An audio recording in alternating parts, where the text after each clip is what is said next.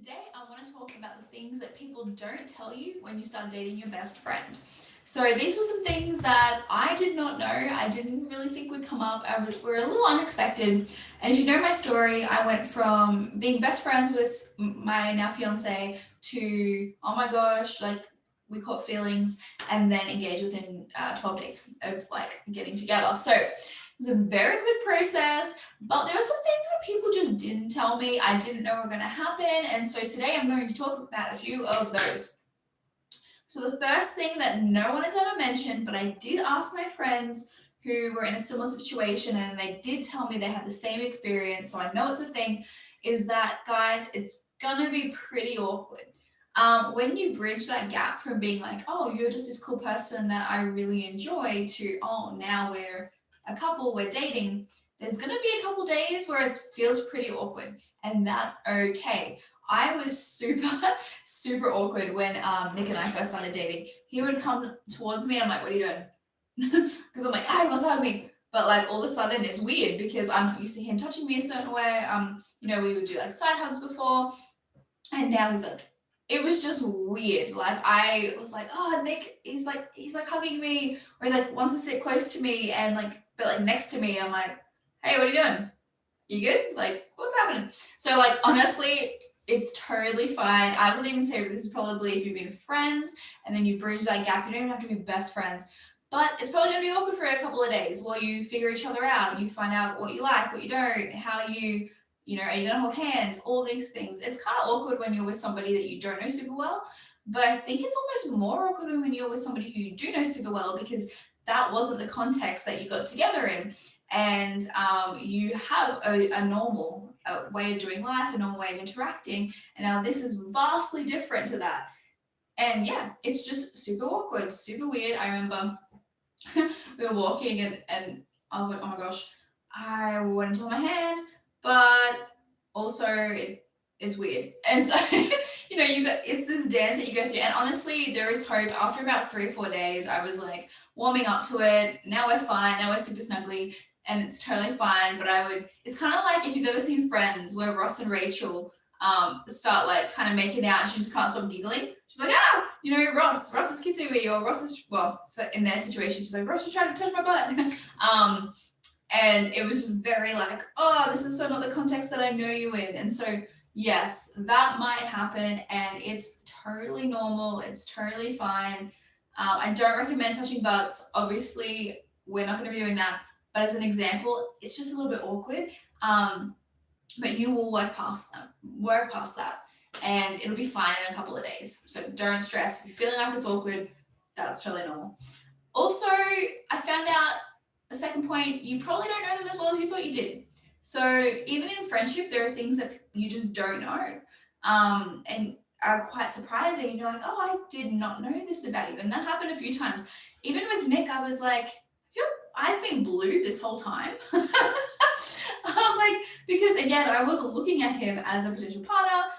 Not that I wasn't noticing him, but there were just things that I was like, huh, have you done this the whole time, or is this new? And he's like, no, I've had this, or I've done this, or this has been part of my life. And I was like, I never noticed because the status quo has now changed, and now I'm more thinking like, oh, it kind of sounds bad, but like, oh, in terms of like, oh, potential partner, things that affect my life, things that affect his life. I'm not thinking, hey, friend, who, at the end of the day, we go our separate ways and you're like, see ya, have a great day.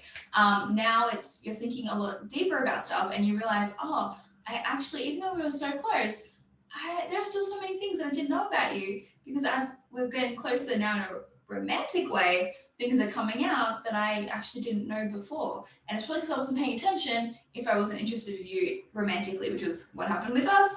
I was completely blindsided. Number 3, this one was a fun one for us. And again, these are all based on my experiences because I don't know a lot of people who went from being like really, really good friends to dating.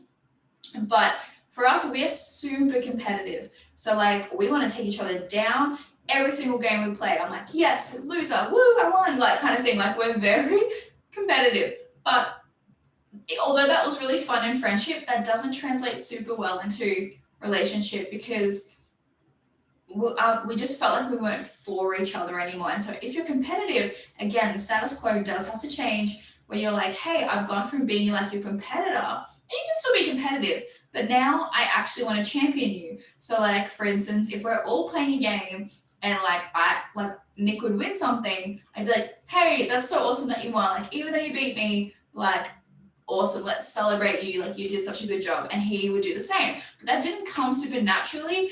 And it was quite a few times of us being like, oh, you beat me, like that sucks, and like being really competitive and not championing each other within games, even in like putt-putt. Being like, yeah, we're gonna crush each other, and being like, oh, it's kind of taking away from the fun of just being on a date and having fun and like, you know, all of that kind of stuff. And so if you are competitive, there is a time where the status quo does change when you enter a relationship, where you're like, oh, it's actually about championing you and encouraging you and loving you. It's not about us beating each other and like winning and like ha ha ha, all of that. There is a time when that will have to change.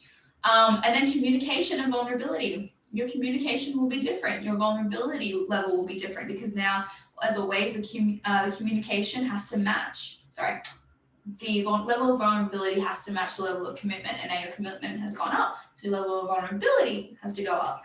And so, yeah, you'll get deeper, you'll be spending more time together, you'll be like, oh my gosh, this person never bugged me so much before, but now they're really bothering me. Yeah, because we never spent that much time before, like together before. We thought we did, but really, we weren't spending that much time, because now we're in a relationship, we're spending a lot of time together, and there's a stark difference.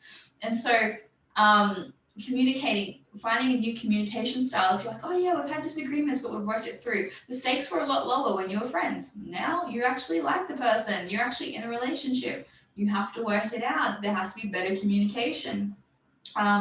Things naturally will change, and that's okay. It's just like picking it up and running with it, rather than letting it kind of distract you and kind of throw you off balance for a little bit, because it can be a bit like, gosh, I thought we were really good at handling conflict. Yeah, but now it means more, it matters more, it touches deeper, because we care about each other in a different way and we love each other, or we're working towards romantic love rather than just, you know, hey bro, how's it going? You know, that was very low stakes. So it's easier to sort things out, and you're not getting as offended or as hurt. And that's the fifth point. You're going to get triggered a lot more. Like, hey, I thought we were so compatible and got along so well, but now you're triggering me. Yeah, because I've let you into a deeper part of my heart. I've let you into a deeper place. It doesn't mean that we weren't really good friends before. It's just that, hey, there's a new level of vulnerability now that like not everyone gets to see of me. Actually, no one gets to see of me except you. And so I'm gonna be having these triggers coming up, things that are, you know, pushing me. And what I love about Nick is he really does push me. And there's not a lot of people that like truly like challenge me, but I'm like, yeah, he's pretty challenging. And he'll call me out if I'm like not being the best version of myself, or the most loving or the most kind, which is good, which is what I need. But yeah, there's going to be triggers, and you probably didn't notice them when you were friends, because again, you weren't that like you're probably close, but there's a different level of intimacy, there's a different level of connectedness and communication. And so all of that to say, it's normal. You are moving through the journey of, you know, friendship to dating to potentially working towards marriage, engagement, all of that kind of stuff. And it brings these things up. And it's really good, because the Lord uses these things to refine us and to build us. And the beautiful thing about having a great foundation in friendship is that you really, for us at least, we have fought for each other so much more than like other guys that I've dated, where we haven't been really good friends first. You know, I remember when Nick and I had our first fight, and we were like pretty annoyed at each other. And he was like, fine, fine. We're like, yeah, we were kind of not yelling, we were definitely raising our voices. We're pretty passionate people. And then I was like, okay, bye. And I walked off, and he walked off, and he went in his car, and then we went and did our own thing. And then later that night, we ended up catching up, because I was meant to go to his house, and I walked in, and I was like, hey, and the moment I left that conversation, I knew we would be fine. Like, I wasn't stressed, I wasn't anxious, I wasn't like, oh my gosh, is he not gonna be with me anymore? Like, over this stupid little thing that we did. I knew it wasn't this big deal. Whereas every other relationship, I would have been like, oh my gosh, like, are we about to break up? Like, this is such a big problem, and like, you know, I just didn't have that security because we weren't friends and they didn't know my heart. But with Nick, I walked in and I was like, hey, do you want to talk about this? And he's like, nope. And he was like, I'm good. And I was like, yeah, me too. And then we just went on with our day. And so like that, those situations are great. Often we have to talk about stuff. So definitely not saying we don't talk about stuff. But the really beautiful thing is there was so much more security in knowing, oh, he's not going anywhere. He really has seen all of me. He loves me. And that's the thing about friendship too. Like we weren't trying to impress one another. So we really got to see real raw Beck and Nick. Like it wasn't like I farted in front of him and talked about things about like pooing in the woods, and told him my story about like when I had like explosive diarrhea in the woods because I was like super unwell. But again, I would tell anybody that, even if I was trying to make a good impression.